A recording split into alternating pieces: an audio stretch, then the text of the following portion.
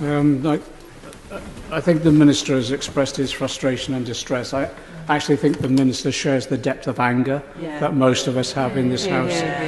We've witnessed over the Christmas period, when we're celebrating with our families, the scenes of children starving and freezing to death as a result of Israeli actions.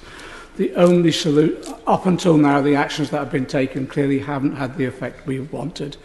The only solution that we've had in the past is a total isolation of a country, economically and militarily, to prevent them performing war crimes in the way that Israel has. I think this government could take a leading role in that isolation of Israel to bring it to some form of negotiated settlement.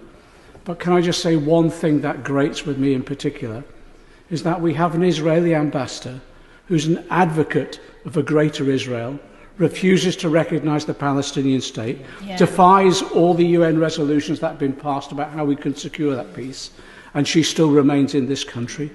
Why aren't we expelling the Israeli ambassador? Minister. Thank you, Mr. Speaker, and I thank my right honourable friend for his question, and I recognise the anguish in his voice about the scenes we have seen coming out of Gaza over the winter period, and he's right, I do feel that anguish as well. I think this whole House sees pictures of civilians in terrible distress and feels it too.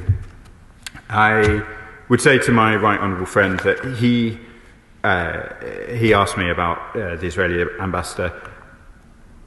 It is tempting to think that if only we had representatives more to our taste politically, then things would be easier. There is a disagreement, clearly.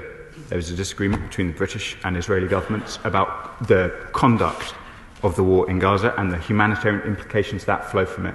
We will continue to make that disagreement clear through all channels, both through the Israeli ambassador, directly to the Israeli government through the Foreign Minister, the Minister for Strategic Affairs and the Deputy Foreign Minister, and we will continue to talk to the Israeli government about these issues. Indeed, that is the only direct route to secure the changes in the situation that we want to see.